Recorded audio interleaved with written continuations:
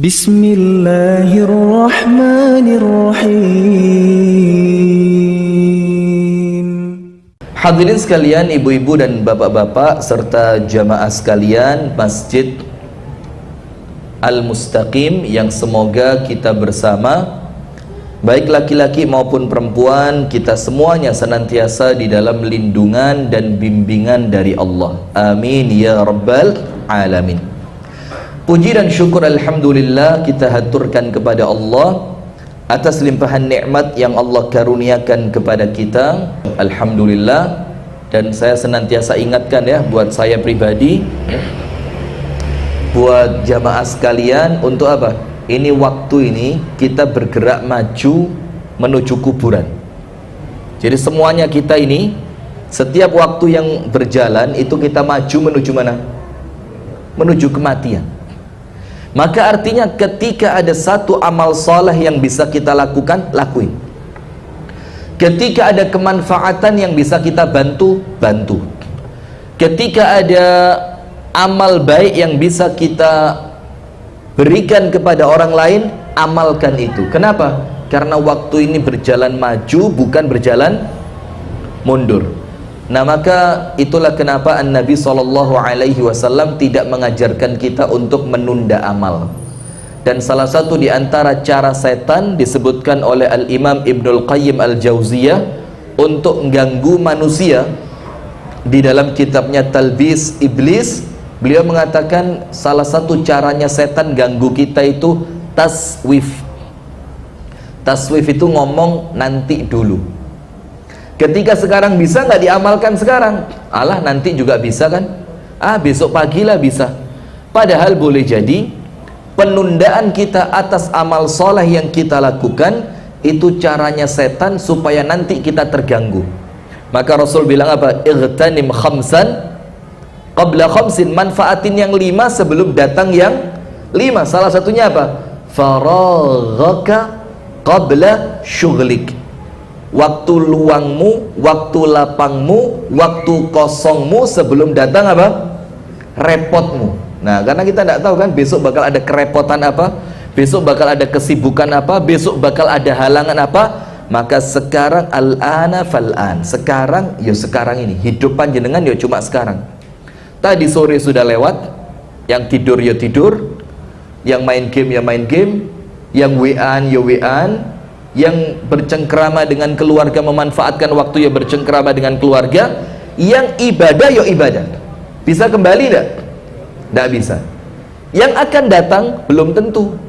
Boleh jadi nanti malamnya datang, kitanya yang sudah tidak ada. Nah, maka hidup kita itu kapan? Ya sekarang ini. Kalau mau minta maaf sama orang, sekarang. Kalau mau taat kepada Allah, sekarang. Kalau mau membantu orang lain, sekarang. Kalau mau nyenengin hatinya orang lain, sekarang. Dan itu nanti kita pelajari dari hikmah Al-Isra wal Mi'raj. Kemudian berikutnya, salawat beriring salam semoga tercurah dan terlimpahkan kepada uswah kita, Nabi besar, Nabi agung, An-Nabi Muhammad sallallahu alaihi wasallam, beserta seluruh keluarganya, beserta seluruh istrinya, beserta seluruh sahabatnya, dan kita semua. Mudah-mudahan termasuk di dalam sholawat dan salam itu yang senantiasa mengamalkan sunnah, mendakwahkan sunnah, dan yang paling penting saat ini adalah memperjuangkan. Jadi bukan cuma diamalkan tapi tidak diperjuangkan, bukan cuma diamalkan tapi tidak didakwahkan, bukan cuma didakwahkan tapi tidak diperjuangkan. Ngerti tidak? Didakwahkan ketika ada yang nolak, oh ya wis, enggak.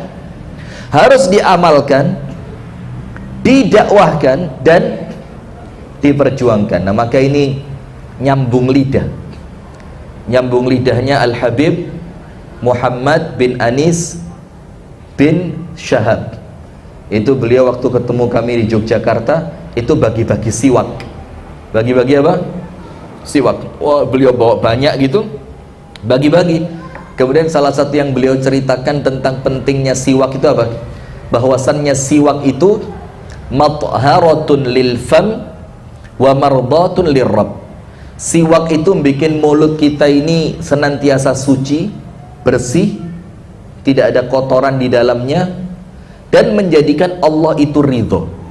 Dan panjenengan tahu, siwak ini adalah benda terakhir yang masuk ke tubuhnya Nabi Muhammad menjelang kematiannya.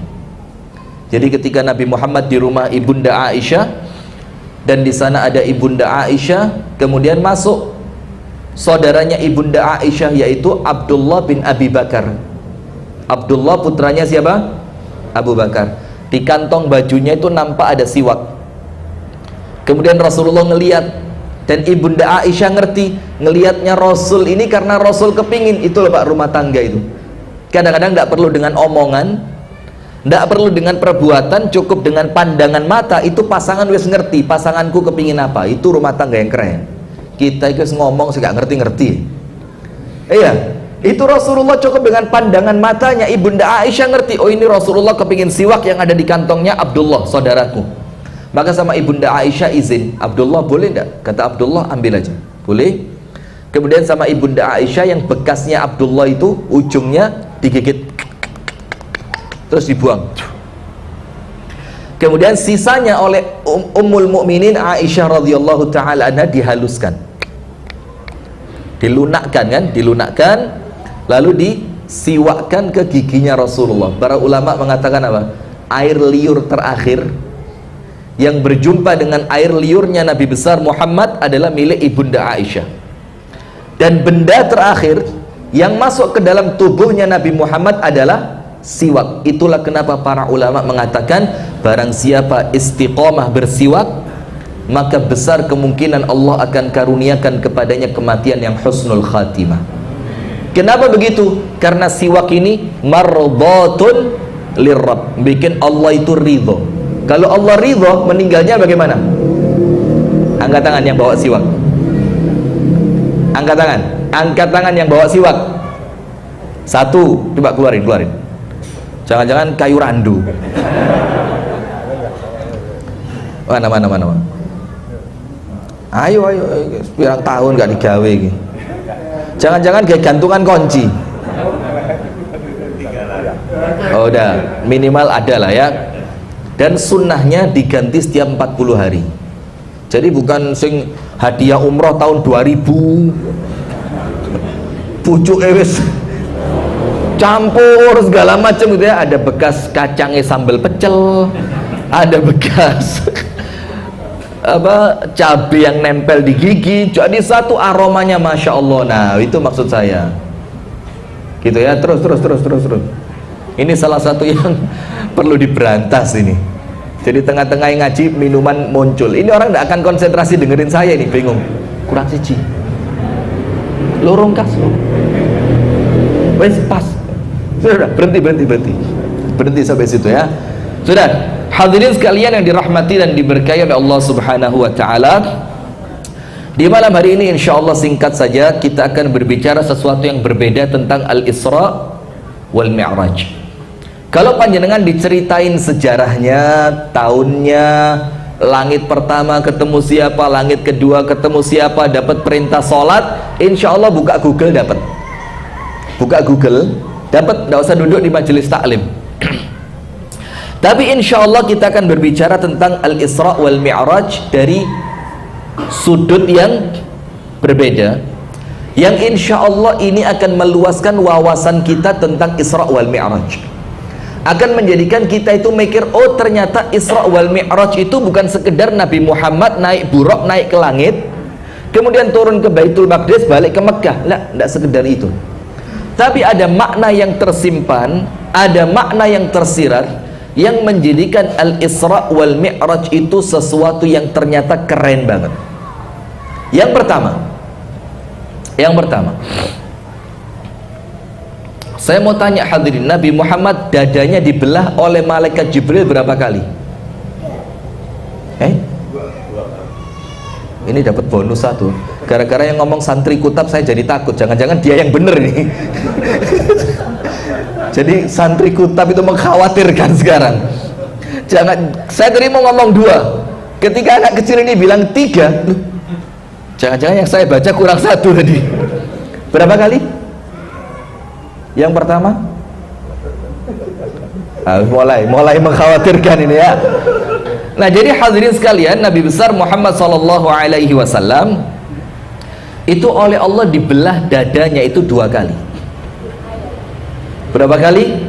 2. Yang pertama, ketika usia berapa? Usia berapa? 6 tahun. Itu dibelah oleh malaikat Jibril, cerek.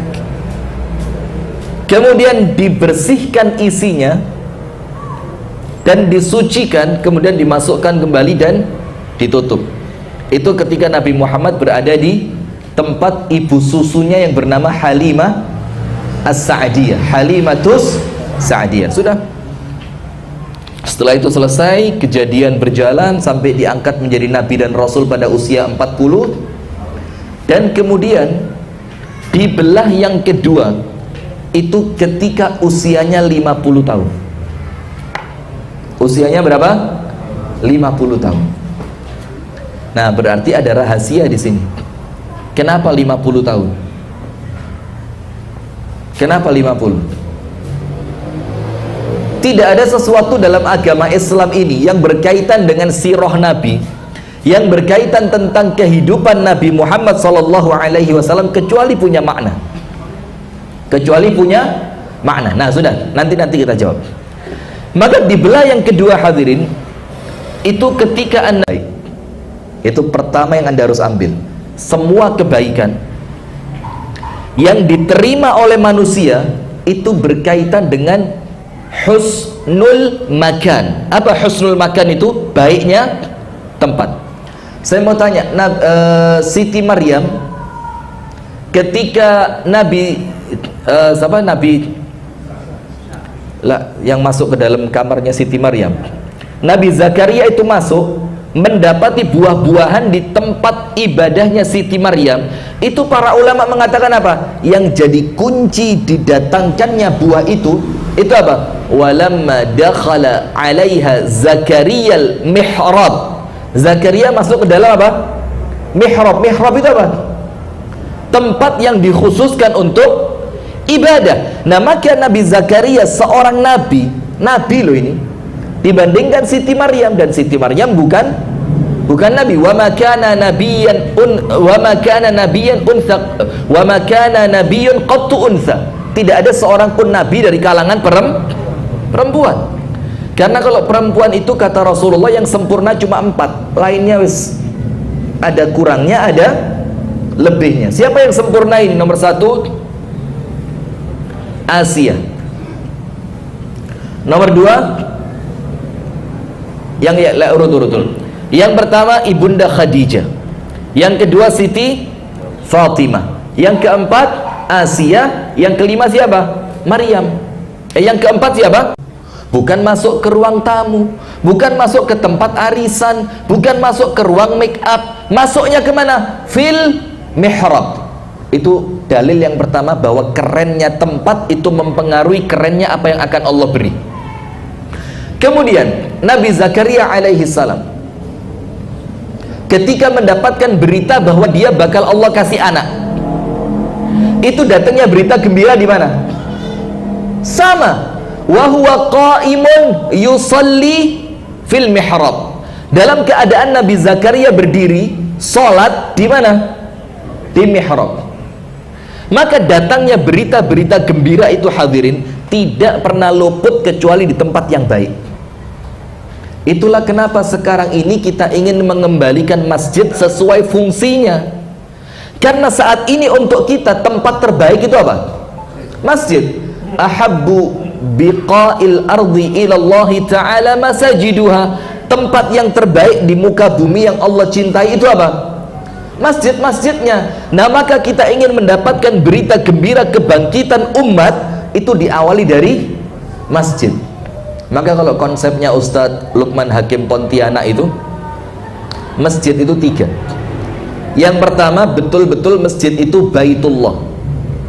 Wa annal masajida lillah. Masjid ini milik siapa? Allah. Maka ingat takmir jangan sok memiliki. Takmir, mana takmir? Takmir, wala waqif, wala nadhir, segala macam. Jangan sok. Masjid ini milik siapa? Allah. Nah, maka takmir itu di sini sebagai apa? Pelayan rumah Allah. Ketika masjid itu betul-betul milik Allah, maka tidak boleh nolak orang. Ini rumahnya Allah, kok Anda yang nolak? Ketika ada orang datang, saya diusir dari rumah ini sama bapak saya, boleh tidak saya tinggal di sini? Ayo sini, silakan di ruang sebelah sini. Anda malam ini butuh apa? Kami sediain. Itu masjid Baitullah. Ini masjid jam 7:30 dikunci, krek. Ada musafir mau cari tempat, tidak ada, akhirnya cari Oyo. Ketemu Oyo, ada layanan plus-plus. Bahaya. Ya tidak harus ya. Akhirnya rusak imannya dia. Coba di masjid, aman tidak? Aman. Itu yang pertama. Yang kedua, kata Ustadz Lukman, masjid itu baitul mal. Coba kaum muslimin kalau nyumbang kemana? Masjid. Ini pengajian ada kotaknya nggak? Tromol kotak ada? Tidak ada. Ada, keluarin. Nanti kita hitung bareng-bareng. Saya dapat berapa persen?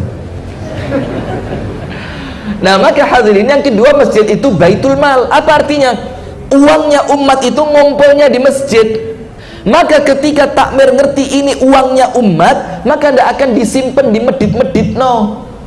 Saldo masjid 364 juta, tonggone keluwen gak keruan. Ada yang begitu?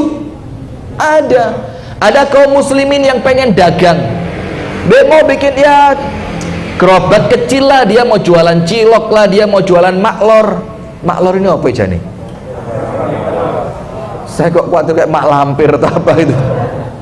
Apa maklor itu apa? Makaroni telur. Panjenengan kok tahu? Masa kecil terlalu bahagia. Makaroni telur wala.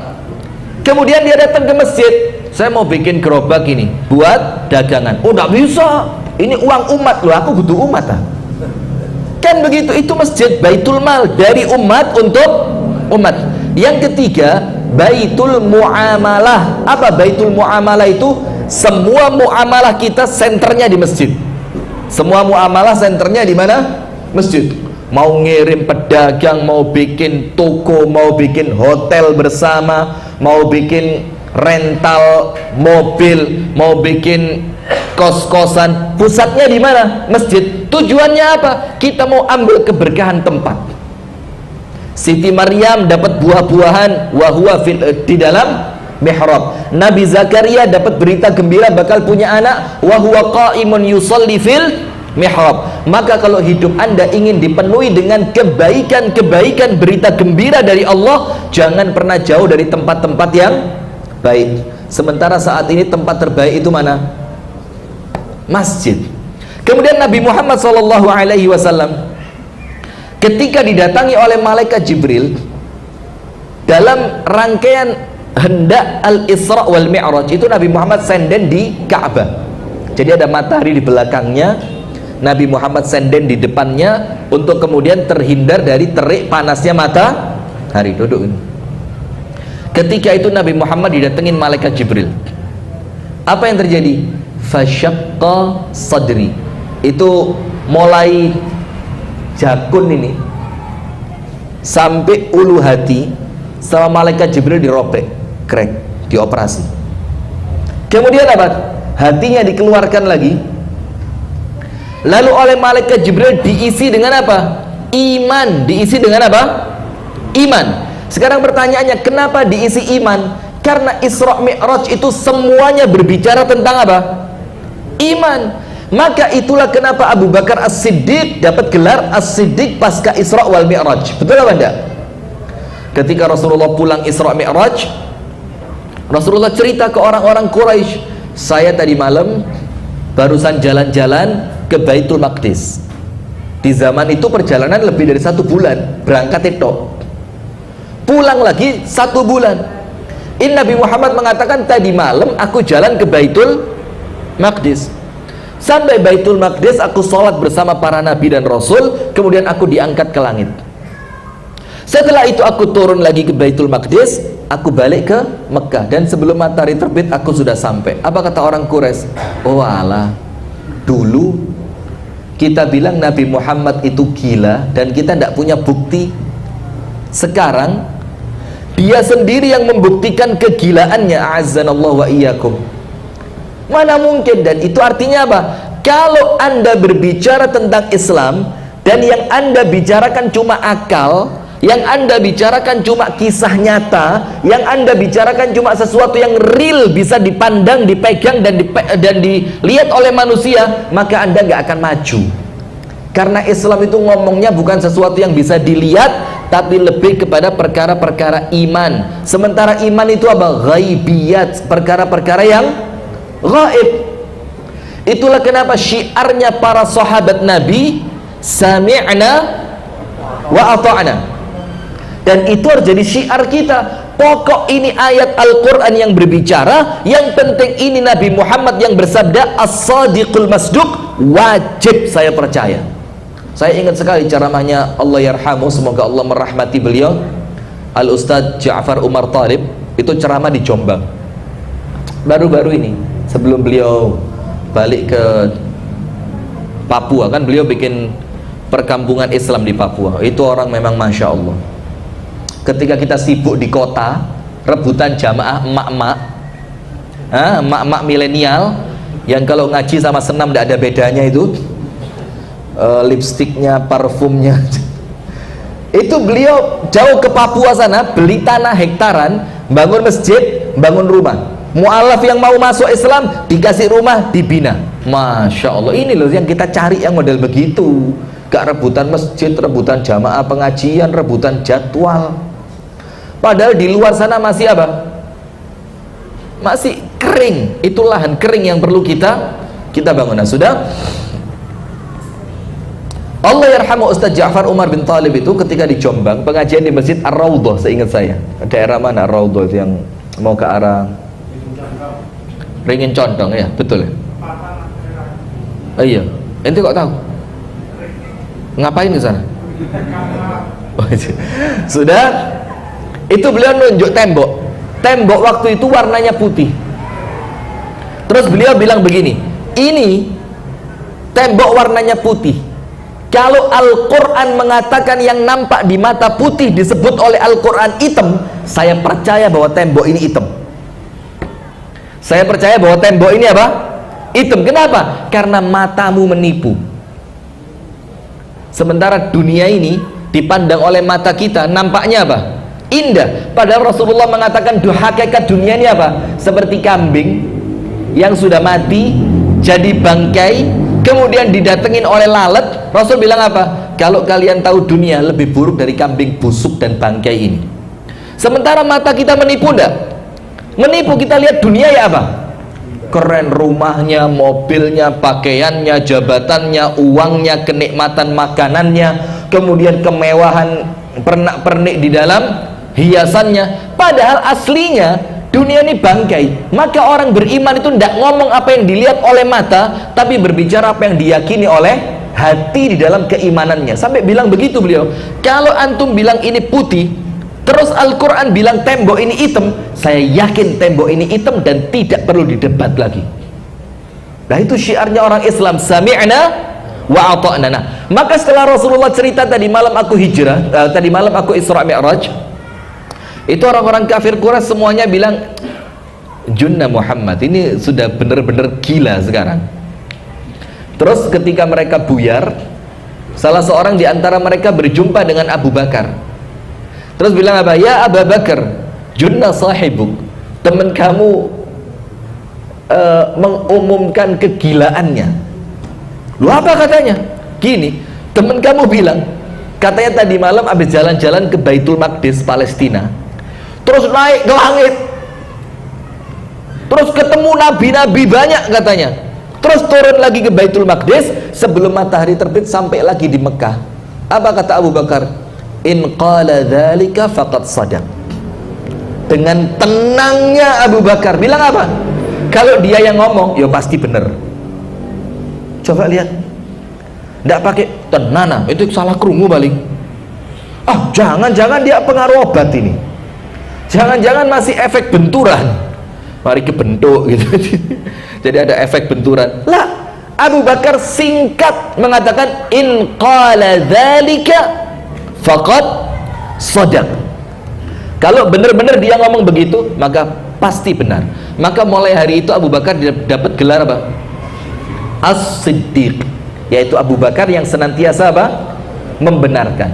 Dan Abu Bakar itu hadirin menang melawan sahabat yang lain, bukan menang karena sholatnya, bukan menang karena jihadnya, bukan menang karena perjuangan fisiknya, bukan, tapi menang karena apa?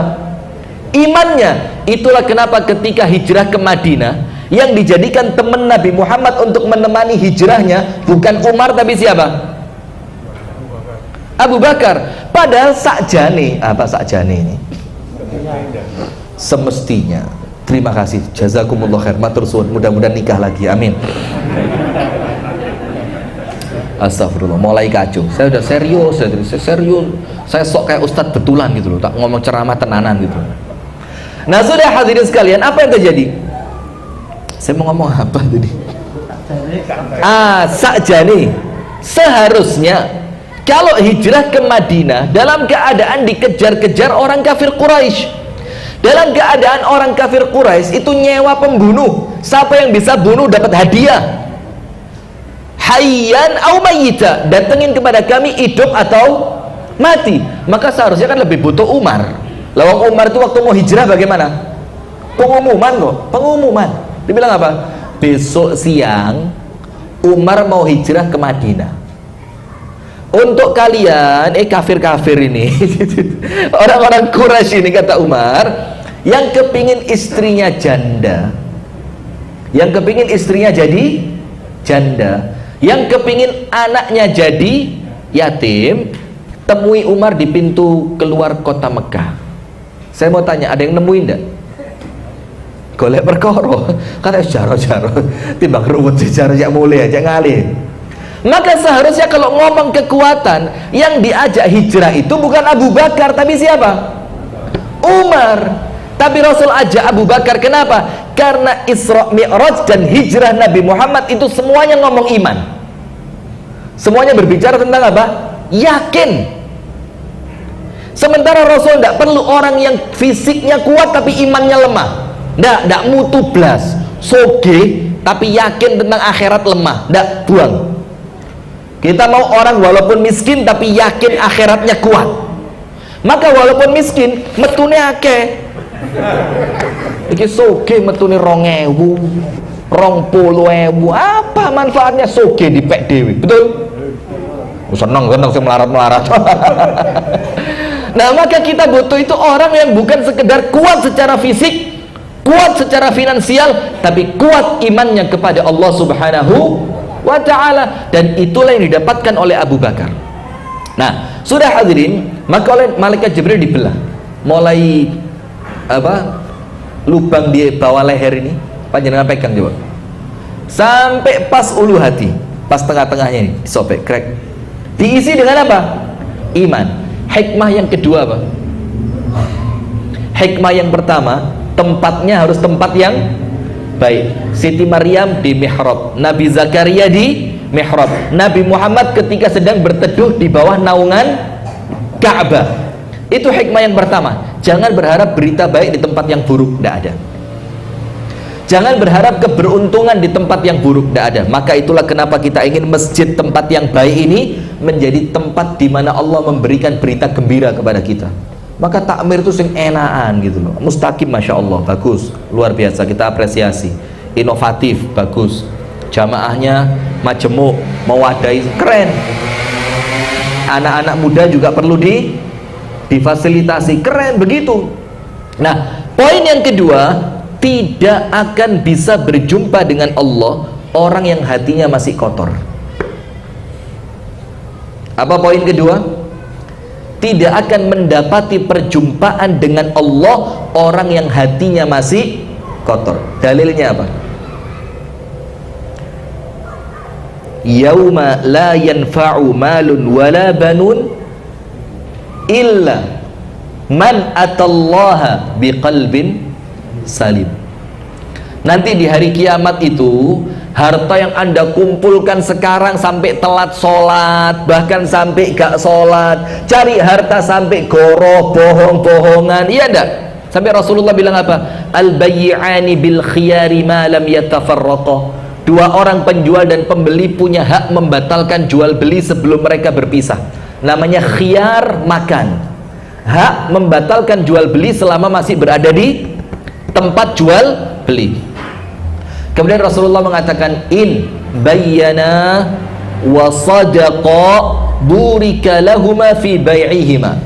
Kalau penjual dan pembeli jujur menjelaskan barang itu apa adanya, misalkan handphone, ini saya jual tapi yo nggak tahu lah udah berapa kali jatuh, sering lah pokoknya.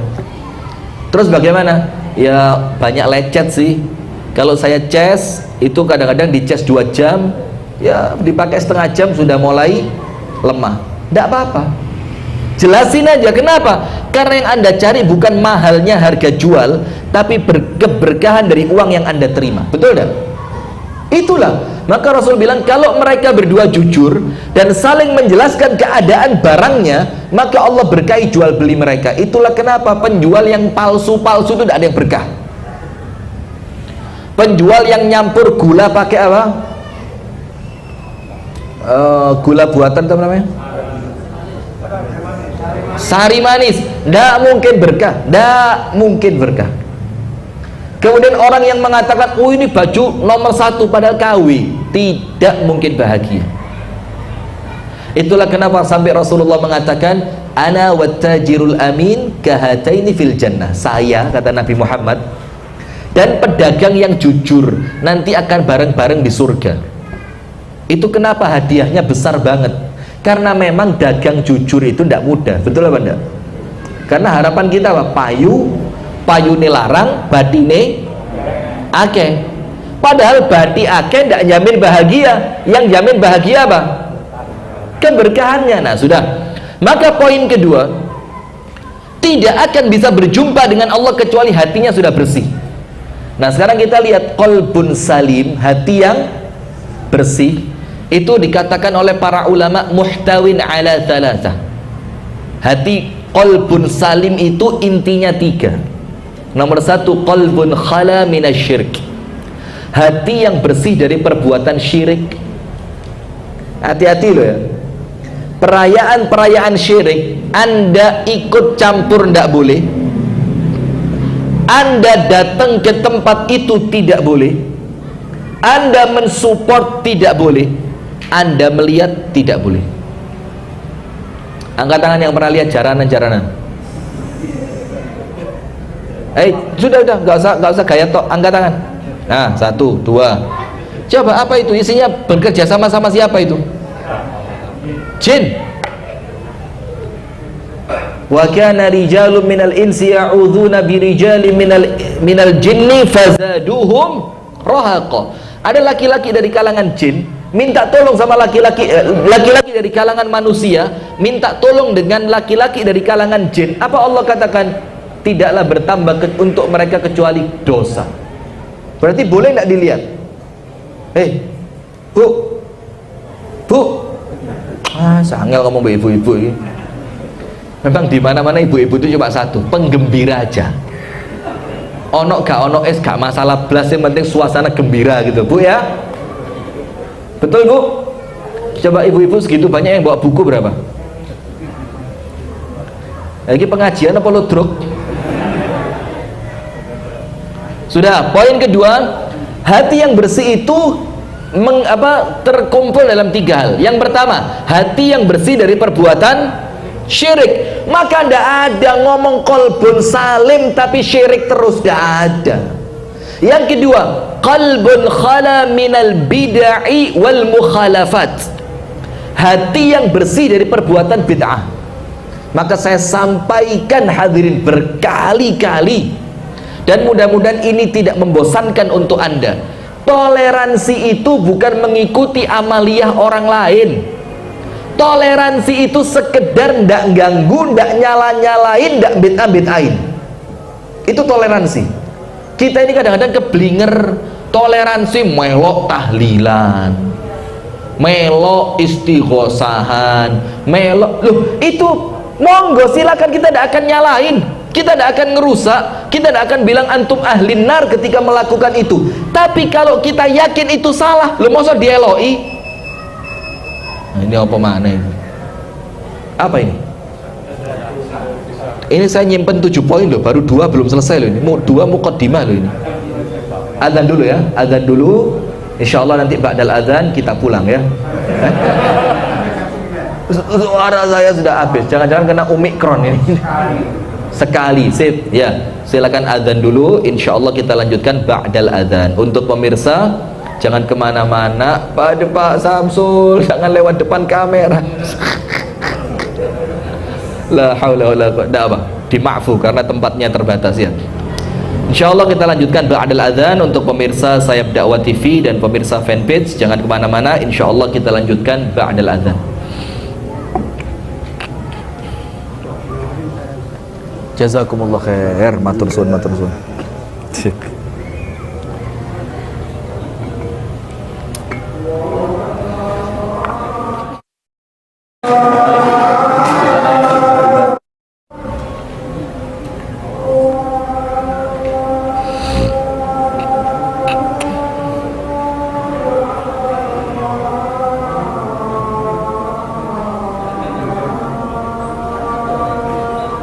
Tenggorokan sakit, waspada.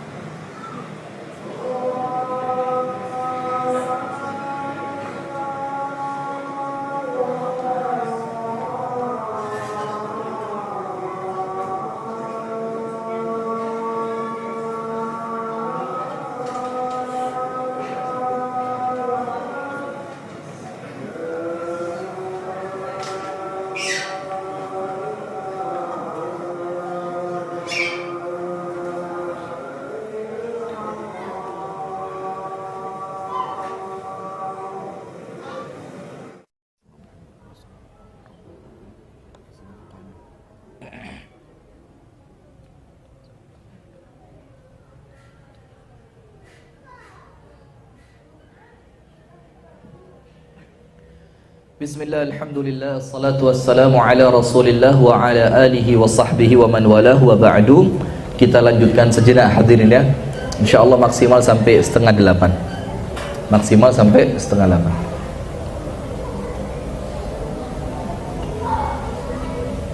Saya ngisi Mustaqim kok kayak redek ya. Sudah lama tidak masuk sini. Kalau kajian ibu-ibu sekarang kan di luar ya. Dulu di sini. Yang kedua hadirin, kita katakan tidak akan bisa berjumpa dengan Allah kalau hatinya masih kotor. Sekelas Nabi Muhammad saja itu dibelah oleh malaikat Jibril untuk dibersihkan, dimasukkan iman ke dalamnya. Itulah kenapa alam nashrah laka sadrak wa wada'na anka wizrak. Apa wa wada'na anka wizrak itu? Kami bersihkan hatimu dari dosanya. Kenapa? Karena Allah akan menyiapkan untuk Nabi Muhammad kebahagiaan-kebahagiaan. Berarti kebahagiaan itu baru Allah munculkan ketika hati sudah bersih dari kotoran dosa. Nabi Muhammad Isra Mi'raj bahagia enggak? Coba saya mau tanya, Isra Mi'raj ini bahagia enggak? Bahagia banget. Kenapa bahagia? Ini namanya tasliyah. Tasliyah itu selingan. Dikala Nabi Muhammad amul huzn, hari apa? Tahun penuh kesedihan. Pamannya meninggal, Abu Thalib yang sangat mendukungnya. Kemudian istri tercinta yang tidak tergantikan siapa? Ibunda Khadijah. Kemudian Rasulullah berangkat kemana untuk dakwah? Taif.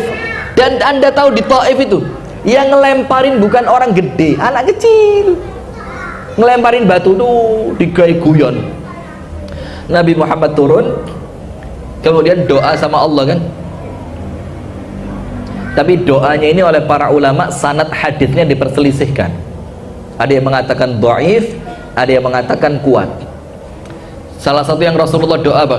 Allahumma inni ashku ilaika dha'fa quwwati wa qillata hilati wa hawani 'alan nas. Ya Allah, aku keluhkan kepadamu ya Allah lemahnya kekuatanku dan sedikitnya kemampuanku untuk berdakwah kepada manusia, dan remehnya aku di pandangan manusia. Kenapa remeh di pandangan manusia? Yang ngelemparin Nabi Muhammad bukan orang-orang gedean, tapi siapa? Anak-anak kecil, kayak guyon sampai netes darahnya. Kemudian Nabi Muhammad turun di bawah. Terus Nabi Muhammad apa? Illam yakun alayka alayya ghadabun minka ghadabun fala ubali. Tapi ya Allah, yang penting engkau tidak murka kepadaku, saya nggak peduli ya Allah. Itulah kemudian yang jadi jargonnya Cak Nun itu loh. Sing penting Gusti Allah ora nesu. Itu kan jargonnya Cak Nun ya. Wes, mau dibikin miskin, mau dibikin sakit, mau dibikin istri cerewet, jangan itu jangan. Mau dibikin istri jelek, wes pokok selama Gusti Allah tidak marah, aman kan begitu. Tidak lama setelah itu turun malaikat penjaga gunung. Nah kalau yang ini riwayatnya sahih kan, turun malaikat penjaga gunung, terus tanya, aku sama Allah diperintahkan datang kepadamu untuk menawarkan dilemparkannya 2 gunung ini ke mereka. Apa kata Nabi Muhammad? Oh, jangan. Dakwah ini tujuannya bukan menghancurkan orang. Itulah tidak cocok orang kalau tidak ngerti kisahnya Taif. Dakwahnya itu mesti ngelepok wong lang neraka.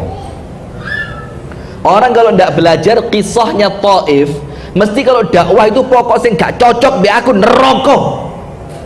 Tidak cocok sama saya ahlul bid'ah dhalalah finnar. Narnya itu tebel itu, nar. Lah, kita dakwah itu bukan narik orang yang cocok sama kita ayo ke surga, yang tidak cocok monggo masuk neraka, bukan. Tapi kita ini dakwah ya apa caranya sing cocok melbu surga, sing gak cocok ya iso melbu surga. Sampai Nabi Muhammad itu ditawari gunung dilempar kepada penduduk Taif. Nabi Muhammad bilang apa? Jangan. Kenapa? Allahumma hdi qaumi fa innahum la ya'lamun. Ya Allah, kasih hidayah. Karena tujuanku ke sana membawa hidayah. Maka kalaupun sekarang mereka tolak, aku tidak kehilangan tujuan awal, tetap aku doakan mereka dapat hidayah. Maka Anda dakwah juga gitu. Masa dakwah ditolak langsung hancurkan sehancur-hancurnya ya Allah. Jangan tinggalkan seorang pun di antara mereka kecuali giginya rontok, telinganya korengan, matanya buta, bibirnya. Loh ini dakwah apa dendam? Kan jadi gak cocok. Nah sudah, maka apa yang terjadi hadirin? Nabi Muhammad saja oleh Allah hatinya bersihkan. Kenapa? Karena Isra Mi'raj itu membahagiakan Nabi Muhammad. Setelah Amul Huzun, setelah pulang dari Taif ditolak, maka Allah kasih hiburan. Apa hiburannya? Isra wal Mi'raj. Nah, nanti ini poin keempat. Ini poin keempat. Because kesurung. Sudah? Maka begini, hati yang bersih tadi apa? Bersih dari syirik. Yang kedua, bersih dari perbuatan yang menyelisihi sunnah. Bersih dari perbuatan yang menyelisihi apa? Maka jangan ngomong qalbun salim kalau amalannya bid'ah. Terlepas apa pengertian bid'ah itu ya. Tidak ada qalbun salim, hati yang senang dengan perbuatan bid'ah, tidak ada. Yang terakhir, hati yang bersih dari kebencian kepada orang Islam. Nah, ini nomor 3 lho Pak Angel. Kalau nomor 1 tidak syirik, insya Allah lah. Kalau syirik mudah-mudahan tidak ya. Kemudian mengamalkan bid'ah juga insya Allah jauh lah ya, mudah-mudahan, amin ya rabbal alamin. Tapi benci sama orang Islam gitu. Bahkan yang kita benci bukan ahli maksiat, takmir masjid sebelah, takmir masjid kanan kiri kita, panitia majelis taklim yang jamaahnya lebih banyak dibanding jamaah kita, pengurus yayasan lain yang lebih hebat dibanding yayasan kita. Coba, sesama penggerak dakwah, sesama da'i ilallah, mangkel-mangkelan, lu terus golek mau apa? Ini jelas yang dicari dunia.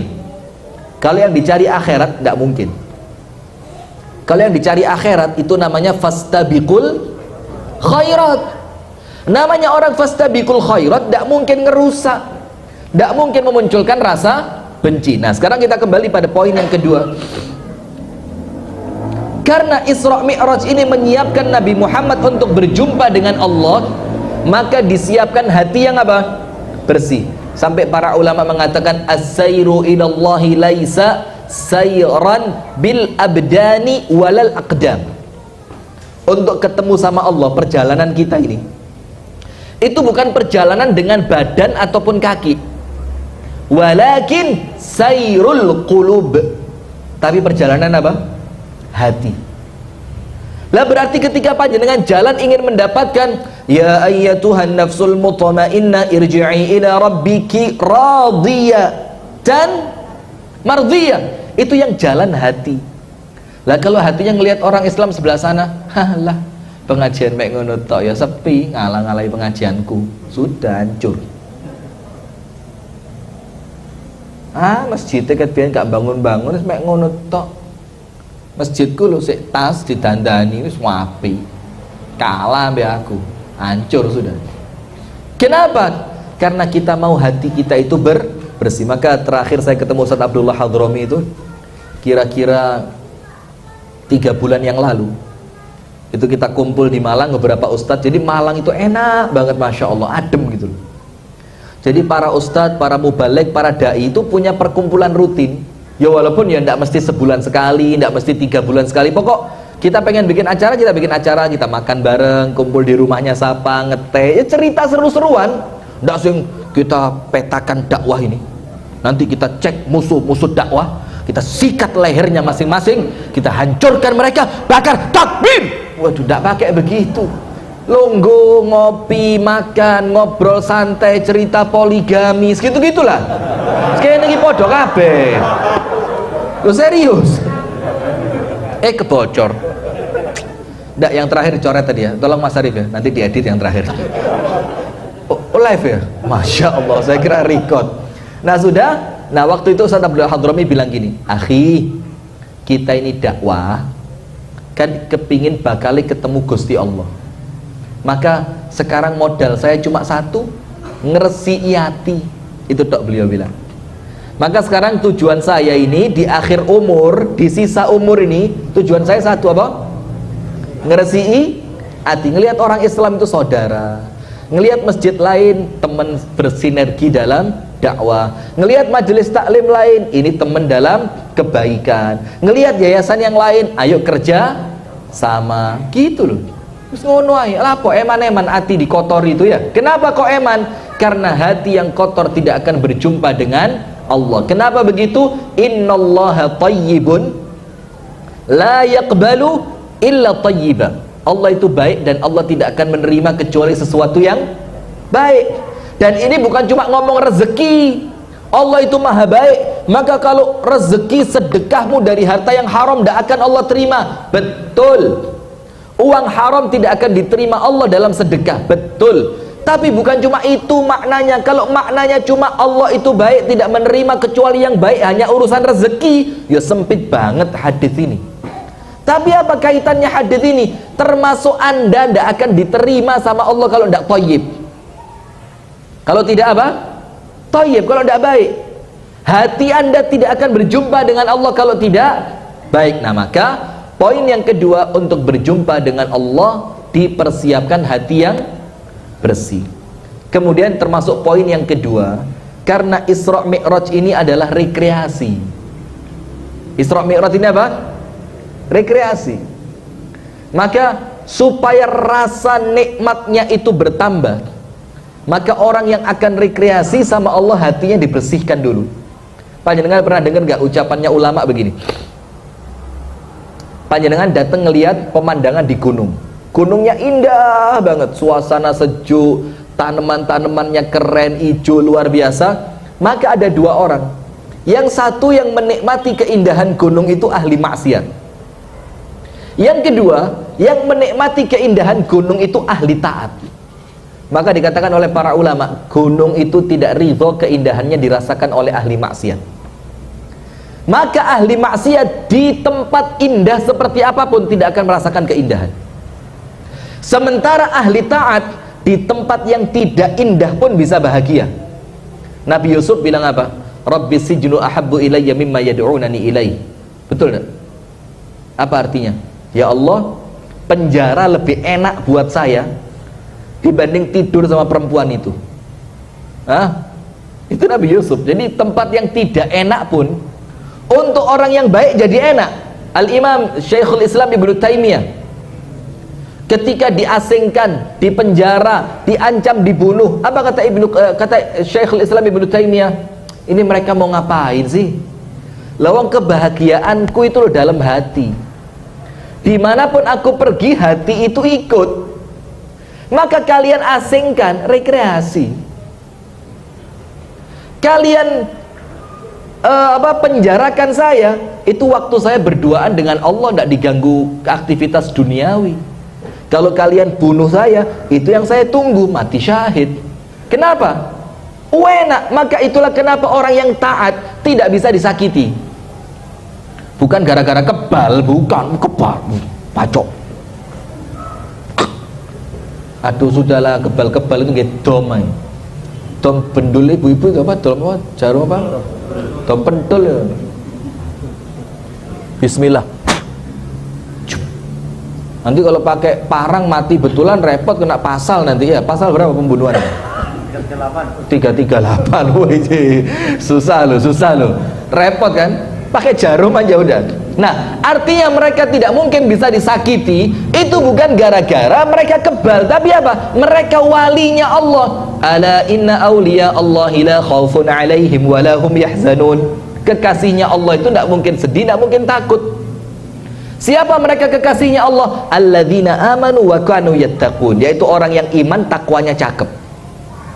Nah, maka itulah hadirin, kalau antum ingin tidak gampang disakiti orang, jadilah orang yang taat sama Allah. Tukang maksiat kebaperan asli sudah. Ibu-ibu ini kalau kena suami ngomong apa baper, cocok dosane kakean. Ada ustadz guyon poligami, wah poligami lah, menisan lah wis cerita-cerita tok lho, sembrono tenanan lah yombo. Nah, maka orang itu kalau baperan biasanya hatinya apa? Kotor. Maka kalau orang hatinya sudah bersih, taatnya sama Allah keren, itulah kenapa mohon maaf sekali ya, mohon maaf sekali, jangan nantang masuk penjara, itu konyol pol. Tapi kalau resiko dakwah mengantarkan kita ke sana, jangan takut. Karena antum juga tidak tahu kan di penjara bakal bahagia apa enggak. Antum tidak tahu apa yang akan Allah datangkan kepada antum ketika antum di sana. Itu Buya Hamka keluar Al Azhar dari mana? Tidak ngerti kabeh. Tafsir Al-Azhar itu loh yang ditulis Buya Hamka itu diselesaikan di mana? Di penjara. Kemudian Sayyid Qutb Fi Zilalil Quran ditulis di mana? Di penjara. Kalau di luar ndak nutut waktunya, diundang pengajian rono ngelayani ibu-ibu kayaknya curhat kono, aduh ruwet. Nah tapi konyol ndak boleh. Itu poin kedua. Sekarang poin ketiga hadirin. Saya ndak tahu mana takmirnya. Takmirnya jam berapa Pak Ju? Jam 8. Ada. Iya. Itu tahu saya, maksudnya ceramahnya sampai jam berapa itu loh. Sampai selesai. Ada makannya enggak? Sampai selesai enggak ada makannya ya ruwet. Pengajian sampai selesai itu kalau disediain makan malam, panitia. Pecel rawon loh enak sebelah sini. Yang itu loh ya lurus dikit seret nanti utara jalan selatan jalan tuh enak itu kan. Kalau sekarang bungkus nutut lah kira-kira berapa ini? 10, 20, 30, 40, 50, 60, 70, 100 lah cukup. Sak bungkus yang 8.000-an ae, 800.000. Mosok gak enek kasih. Sudah. Poin ketiga hadirin sekalian dari Al-Isra wal Mi'raj. Apa itu? Adalah kita berbicara tentang bagaimana Allah bertanggung jawab untuk pendaku dakwah. Allah bertanggung jawab untuk orang yang hidup di dunia apa? Dakwah. Ingat loh ya, yang bertanggung jawab kepada para da'i itu bukan manusia, tapi siapa? Allah. Sampai Allah katakan dalam hadits qudsi, man adzali waliyan adzantuhu bil harb. Barang siapa yang menyakiti kekasihku, kata Allah. Kekasihku itu siapa? Ya orang-orang yang bergerak di jalan Allah, orang-orang yang mengajak manusia untuk dekat kepada Allah, orang-orang yang senantiasa mengajak manusia datang kepada Allah dan mengamalkan sunnah Rasulullah. Itu walinya Allah. Apa Allah bilang? Kamu ganggu dia, hadapan sama aku, kata Allah. Adzantuhu bil harb. Aku umumkan perang sama dia. Aku umumkan perang sama dia. Nah maka hati-hati dai-dai ini yang tanggung jawab untuk rezekinya, bahagianya, kesehatannya, keluarganya, kehidupannya itu bukan manusia tapi siapa? Allah. Apa Ustadz dalilnya? Cek Isra Mi'raj. Rasulullah sedih di Amul Huzun ketika meninggalnya Abu Talib. Kemudian meninggal pula istri tercinta yaitu Sayyidah Khadijah radhiyallahu taala anha. Itu yang menjadi kerisauan terbesar, yang tahun itu dikatakan tahun kesedihan. Itu sebabnya apa sih? Kenapa tahun meninggalnya Abu Talib, tahun meninggalnya Sayyidah Khadijah itu dibilang tahun kesedihan? Kenapa? Apa yang paling menjadikan Rasul sedih dengan kematian mereka berdua? Apa? Cinta. Yang betul ya, nah? Masya Allah. Pak Samsul ngomong ini saya. Malam ini enggak wandeng bersinar, Masya Allah. Glowing. Udah mulai pakai yang itu ya, skincare. Skincare cocok. Apa mereknya? Air wudhu. Bagus ya, wudhu. Nanti lek wudhu gosok nggak watu kali. Nanti insya Allah wudhu 7 kali udah ini merah-merah sudah. Bukan merah karena glowing, lecet. Sudah hadirin. Rasulullah itu mengatakan dikatakan oleh ahli sejarah bahwa tahun wafatnya Ibunda Khadijah, tahun wafatnya Abu Talib itu tahun kesedihan. Itu bukan karena Rasul sedih karena kematian mereka. Betul kalau Abu Talib iya. Karena apa? Rasul yakin Abu Talib meninggal dalam keadaan kafir.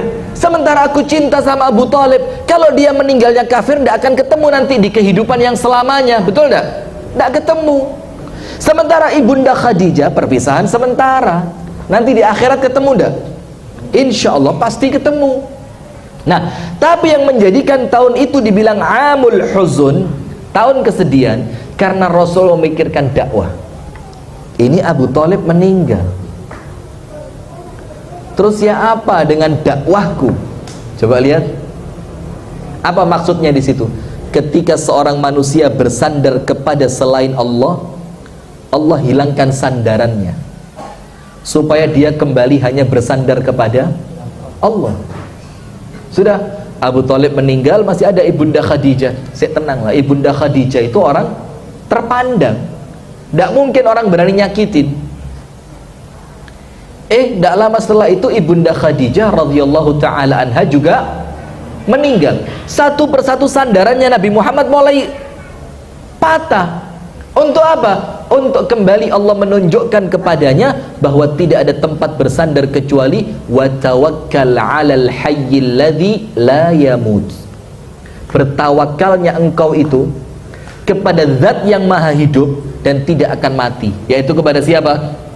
Allah. Nah, maka dengan itu hadirin, ketika Rasulullah sedih untuk keberlangsungan dakwah, Rasul nyoba dakwah ke Taif. Apa yang terjadi? Ternyata ditolak juga. Harapannya Rasul kalau Taif sukses, Rasulullah tidak perlu pindah ke Madinah. Pernah ke Taif tidak?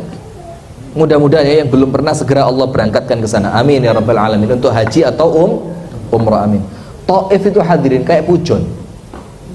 Serius, cok guyu tenanan nih. Taif itu kayak pujon. Tanahnya kering, tanahnya kuning tapi subur. Jadi ya khas tanah Timur Tengah lah, bukan hitam seperti di tempat kita ya, tapi subur. Dan dinginnya bukan dingin musim dingin, bukan. Orang itu kalau dinginnya musim dingin tidak enak di tulang. Kalau dingin karena musim dingin itu di tulang tidak enak, gampang sakit. Tapi Taif itu dinginnya khas pegunungan.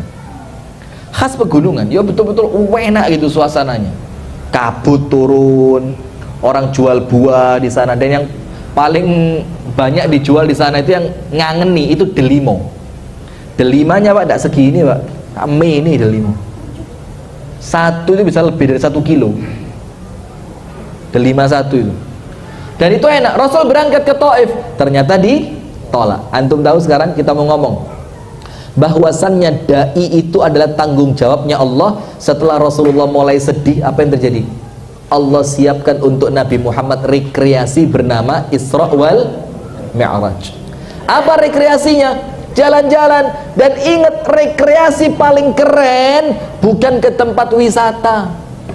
Rekreasi yang paling keren bukan ke tempat-tempat perbelanjaan. Shopping is my healing. Alah, ngerti pora? Nggak yakin saya. Shopping is my healing. What the meaning? Alah, angel, susah. Saya kemarin bahasa ceramah di mana itu? Tanya bahasa Inggris. Saya di kampung Inggris ya podo ae tibakno, ya Allah. Jadi belanja itu membangkitkan semangat, ngilangi sumpek gitu loh artinya. Shopping is my healing ya. Maka kalau mau rekreasi yang beneran itu 2. Berapa? 2. Anda rekreasi ke gunung, pulang sumpek maneh. Anda rekreasi ke pantai, pulang nambah nemen sumpek ke duwe entek ngeluga hilang. Utangnya pancet kok. Anda rekreasi kemana lagi? Tempat perbelanjaan, ala tambah ngenes, tuku orang delok iyo. Woi, ngenes banget tuh ke tempat perbelanjaan itu ya. Anda rekreasi beli makanan yang kuliner, wisata kuliner seafood, mulai asam urat. Apalagi sate, alah iya kayak kuat-kuat mangan sate. Kiai Haji Abdul Muhid ya, Allah yarhamu, semoga Allah merahmati beliau. Masya Allah, itu orang gini betul. Terakhir meninggalkan usianya 74. Itu ketika usianya 72 itu sempat makan sate sama saya masih habis 25. Selawi umurnya 72. Saya sing nom-nom 5 geliyeng. Bagaimana istrimu mau bahagia? 5 geliyeng. Sunduke panganan lah enak. Nanti tajam itu mulut itu. Nah sudah, maka hadirin rekreasi yang paling keren itu 2. Yang ketika Anda pulang sumpeknya betul-betul hilang. Kalau kita berangkat ke gunung balik ketemu istri lagi, pancet sing wingi. Harapan Anda pulang dari gunung kan istri berubah gitu. Pancet. Harapan diapain? Power Rangers berubah gitu. Belakangan tuh itu Power Rangers. Sudah, maka apa yang terjadi hadirin? Rekreasi yang hakiki itu dua. Nomor satu, suhbatul akhyar. Apa suhbatul akhyar itu? Berteman dengan orang baik. Rasulullah Isra Mi'raj ketemu siapa di Baitul Maqdis? Ketemu siapa? Para nabi dan rasul ketemu. Dan saat itu apa yang dilakukan? Wal ibadah. Itulah healing yang asli, yaitu. Maka antum tahu murid-muridnya Imam Malik. Murid-muridnya Imam Malik itu mengatakan begini, kalau saya lagi futur itu kan keadaan menurun setelah sebelumnya ibadahnya kuat gitu loh. Kan orang normal ya, sholat kewenang, istiqomah, moro-moro adzan kok males yo, alah dilungkas lama-lama ketinggalan jamaah, biasa normal. Maka murid-muridnya Imam Malik itu ketika mereka lagi futur, apa yang mereka apa yang mereka lakukan? Itu mereka datang ke majelisnya Imam Malik untuk apa? Untuk ngeliat wajahnya Imam Malik. Terus mereka bilang apa? Cukup ngeliat wajahnya Imam Malik itu bisa kuat ibadah 10 hari. Engko lek males maneh, datang lagi. Antum tahu majelisnya Imam Ahmad yang datang berapa murid?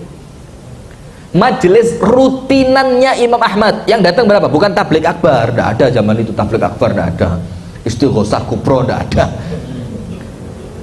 Berapa yang datang majelisnya Imam Ahmad? 500 orang. Yang murid asli cuma 50. Yang nulis, bawa buku, baca, apalan cuma 50. Terus yang petang atau seket lah po. Yang 450 ngapain? Ngeliat wajahnya Imam Ahmad dan mendapatkan keberkahan majelisnya Imam Ahmad. Nah itu loh rekreasi yang asli. Maka ketika Allah akan menjadikan Nabi Muhammad rekreasi, tenang, Allah bertanggung jawab. Ini da'i, kalau dia sedih, dakwah tidak jalan. Maka Allah bikin dia bisa tenang, direkreasikan sama Allah. Bukan ke Borobudur, wala Parambanan, wala Parangtritis atau apa. Ya boleh, monggo. Tapi bukan itu rekreasi yang hakiki.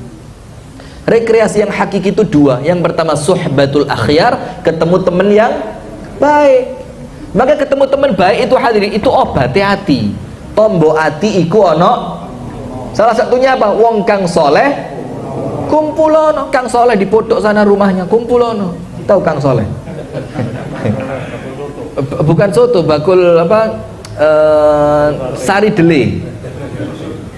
Sosun. Iya. Sosun. Oh, kau tahu ayo? Siapa itu? Istrinya ya? Ah, begitu Kang Soleh, kumpulono. Yang kedua apa? Ibadah. Maka antum tahu Rasulullah itu kalau sumpek ngapain? Dalam hadits Ibunda Aisyah dikatakan oleh Ibunda Aisyah, kana sallallahu alaihi wasallam idza hazabahu amrun fazi'a ila salat. Rasul itu kalau pas kan namanya pikiran, namanya hati kan kadang-kadang tidak bisa dikontrol ya. Sumpek itu datangnya seketika, kayak iso tidak bisa dijadwal. Sumpek jangan datang dulu ya, ini jadwalnya bahagia. Tidak ada sumpek itu tekoni moro-moro. Maka apa yang Rasul lakukan?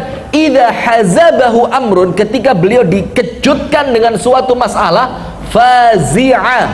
Fazi' itu apa? Cepet-cepet, agi-agi, dang-dang. Ilas salat, mendirikan apa? Salat. Itulah kenapa Rasulullah kalau ketemu Bilal itu pikirannya Rasul salat. Maka Rasul tanya, ama anal ana ya Bilal, sudah datang waktu salat? Bilal bilang belum ya Rasulullah, belum. Oh ya sudah. Nanti lagi ditanya sama Rasulullah, sudah Bilal? Ketika Bilal bilang sudah ya Rasul, apa Rasul katakan? Arihna biha ya Bilal, bikin kami itu tenang, istirahat dengan salat. Kita ndak salat beban, salat mana? Adzan duhur gitu kan, gak kerasa, moro-moro adzan asar, asar maneh ya mesti gak kerasa lah. Duhuranmu setengah telung lah, duhurmu setengah rolas, asar ya kerasa, gak adzan deh. Aku suwe menasari, sholatnya tepat lah. Kalau sholat duhur jam 3 kurang seperempat, duhuran mari adzan asar, loh gak keliru, tak mustaqim ya. Ya mainnya sadar nih loh, oh iya jam 3 rek, gak kerasa, sholat ki masya Allah. kudu gak kerasa mas, sholatmu telat. Ibu-ibu ya biasanya, iya bu ya? Iya bu? Sesuai ibu-ibu ngamuk saya dilempar botol dari belakang ini ya. Sabar bu ya, jangan baper. Sudah. Maka itulah hadirin poin yang ketiga dari Al-Isra wal Mi'raj. Poin yang keempat. Di sini penutup. Nanti sisanya insyaallah Isra Mi'raj tahun depan. Mudah-mudahan sehat walafiat, panjang umur, tidak kurang sesuatu apapun. Amin ya rabbal alamin. Apa yang keempat? Rahmatullah bi ummati Muhammadin sallallahu alaihi wasallam wa rahmatu nabiyyina Muhammadin bi ummatihi. Rahmatnya Allah untuk umatnya Nabi Muhammad dan rahmatnya Nabi Muhammad untuk umatnya. Dalilnya apa? Ada orang memperselisihkan hadis ini padahal hadisnya sahih. Turunnya sholat dari 50 menjadi, panjenengan pernah baca hadisnya kan? Hadis riwayat Imam Tirmidzi tentang Isra Mi'raj itu, hadisnya sahih. Rasulullah naik ke langit, sampai langit ke-6 ketemu Nabi Musa, betul tidak? Sudah. Langit ke-7 ketemu Nabi Ibrahim, Khalilullah, kekasihnya Allah. Kemudian naik ke Sidratul Muntaha. Apa Sidratul Muntaha itu? Orang ini kan mikir Sidratul Muntaha itu kayak tempat, bukan. Sidratul Muntaha itu pohon sidr. Pohon apa? Sidr. Sidr itu apa? Bidara, tapi tidak ada durinya. Bidara di dunia ya apa? Duri. Sana tidak ada durinya. Dan itu pohon besar banget. Pohonnya sangat besar. Dan kemudian berjumpa dengan Allah Ta'ala Subhanahu wa Ta'ala Jalla wa Ala, itu di langit sana. Kemudian setelah semua selesai, Allah wajibkan untuk umatnya Nabi Muhammad sholat sehari semalam berapa?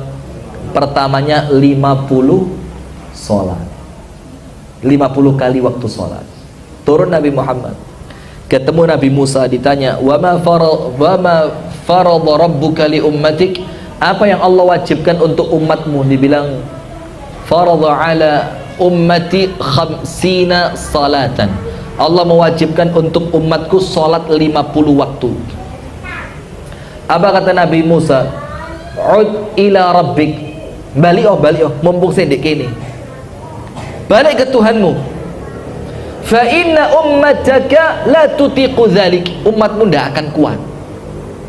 Naik Nabi Muhammad, syafaqah, karena kasihan sama umatnya ya, karena kasihan kepada umatnya, ngenyang.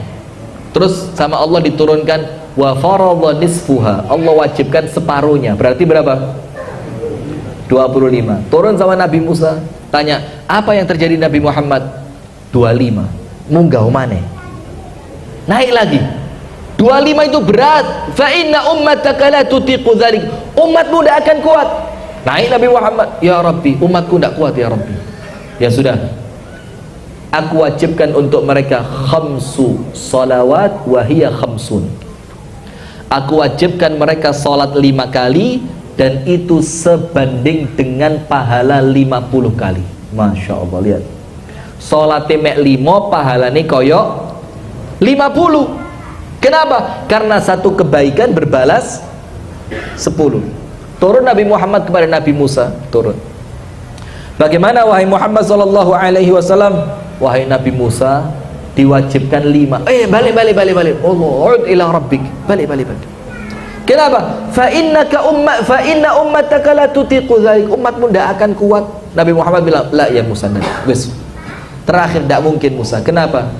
Istahyaitu mir rabbi, aku malu kepada Allah, malu sama Allah. Nah, artinya apa hadirin sekalian? Perintah sholat ini ternyata bentuk kasih sayangnya Allah kepada kita. Saya mau tanya, kenapa perintah sholat ini, diwajibkannya sholat itu kasih sayang Allah, bukan beban? Kenapa?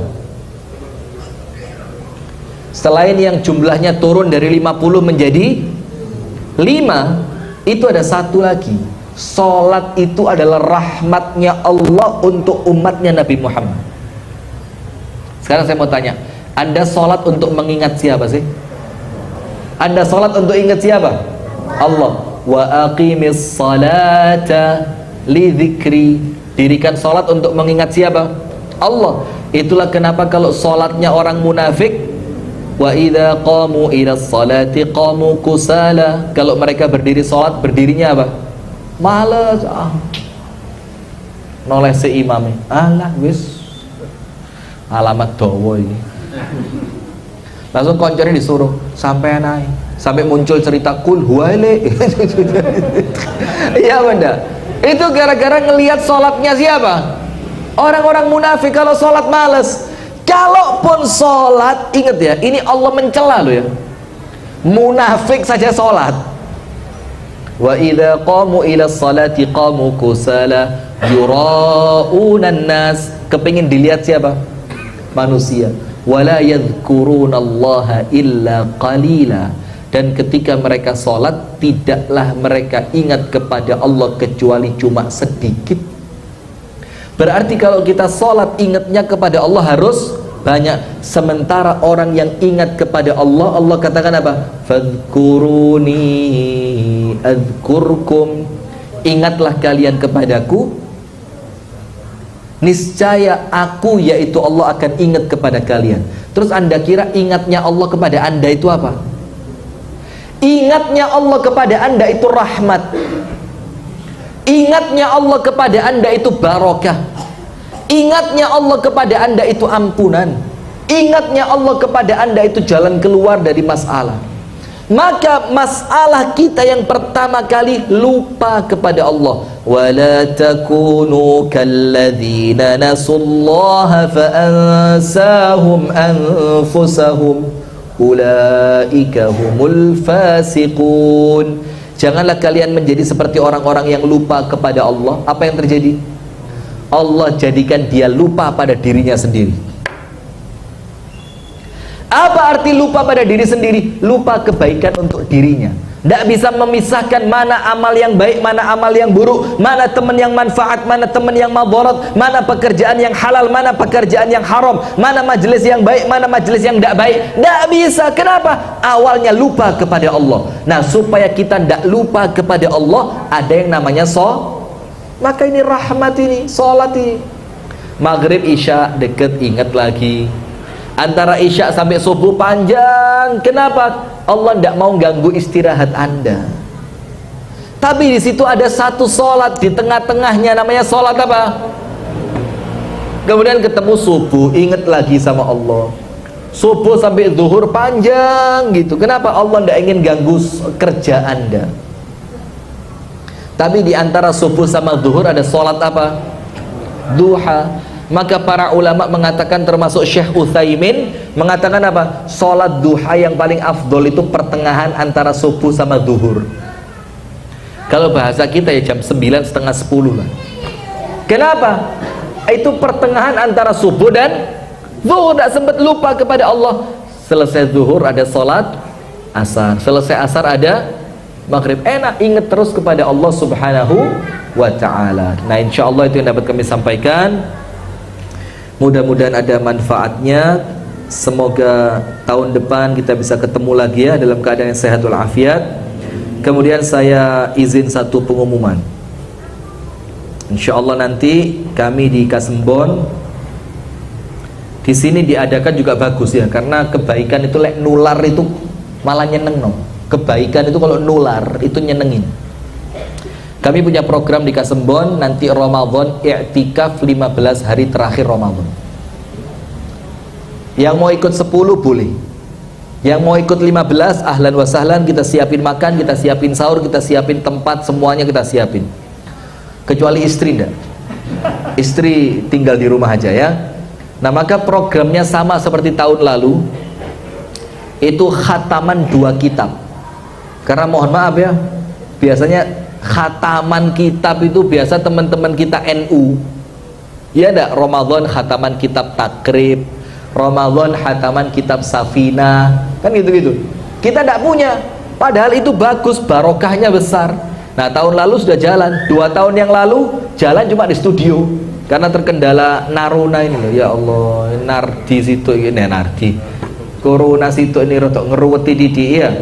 Tahun lalu sudah rencana mau khataman kitab tauhid. Kitabnya sudah kita bagi 300 lebih. Bahkan bagi kitab sampai Medan sana.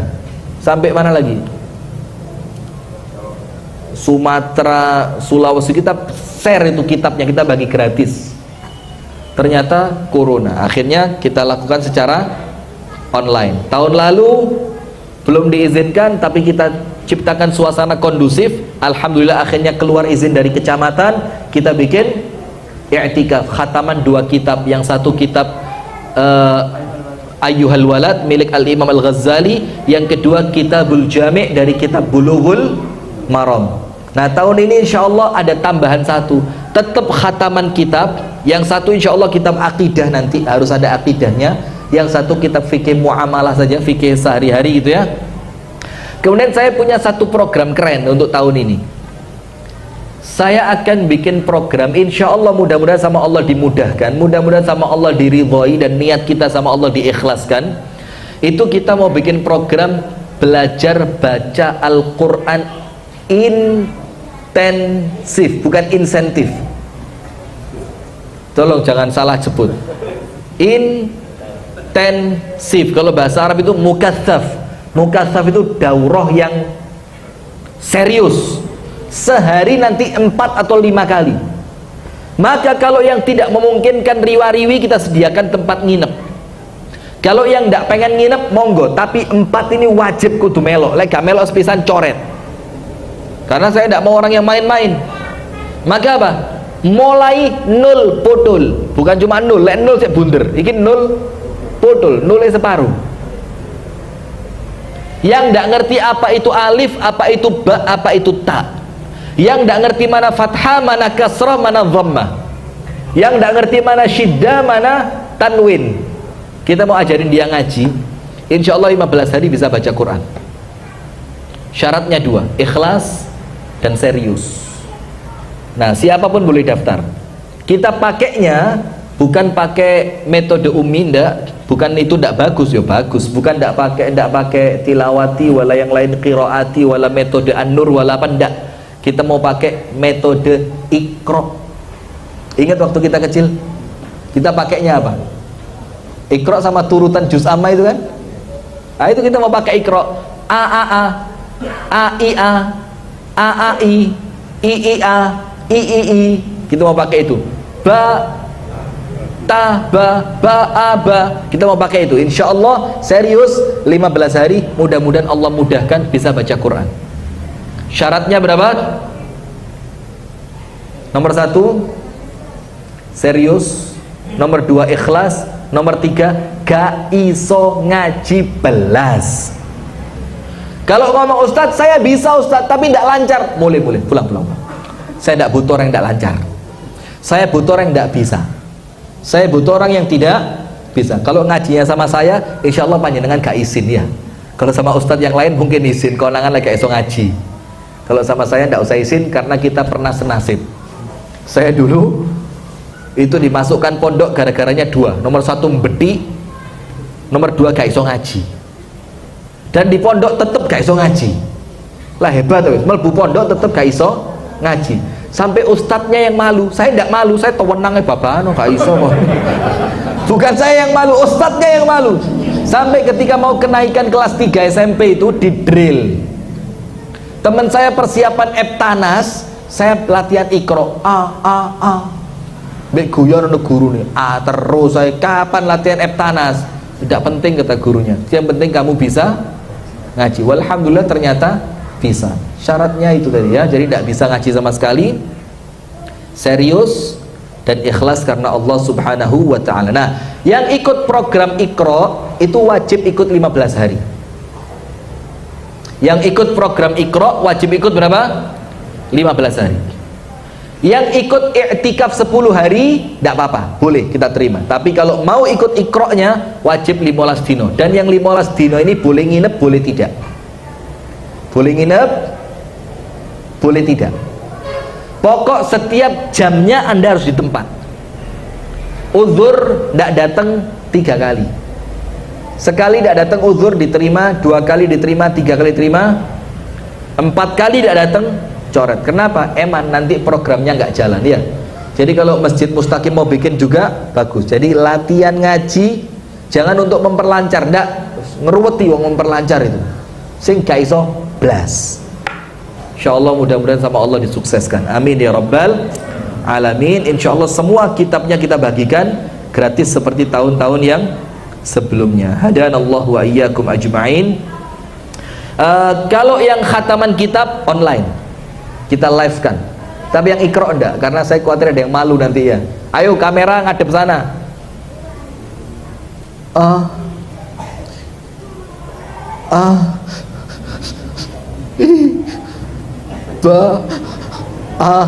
ini enggak bisa. Yang latihan Iqra enggak di live. Jadi khusus orang yang datang offline. Jaminannya mudah-mudahan 15 hari bisa baca Al-Quran. Kalau masih belum bisa, saya tanggung jawab. Anda akan saya drill setelah bulan Syawal. Setelah bulan Syawal, karena insya Allah nanti sama Al-Akh Abu Shanum ini, nanti setelah Idul Fitri kita mau ngerapiin jadwal, kita kurangi jadwal keluar. Kita mau fokus, saya mau bikin TPQ, saya mau bikin pondok, dan insya Allah ngerapikan yayasan. Jadi keluar ini nampaknya kok digawe guyon mbek wong. Ngajine gak serius, tekone telat, ngaji mulai gak nggawa apa-apa, mending nggawa takir, gak nggawa apa-apa. Mustaqim nanti nggak tahu, tetap tidak ada makannya ini. Ya Allah, jam 8 lagi zalim loh, orang datang mulai setengah 6 loh ini. Sudah ya, mudah-mudahan ada manfaatnya. Kurang lebihnya mohon maaf. Kita tutup dengan doa kafaratul majlis. Subhanakallahumma wa bihamdika asyhadu an la ilaha illa anta astaghfiruka wa atubu ilaik. Assalamualaikum warahmatullahi wabarakatuh.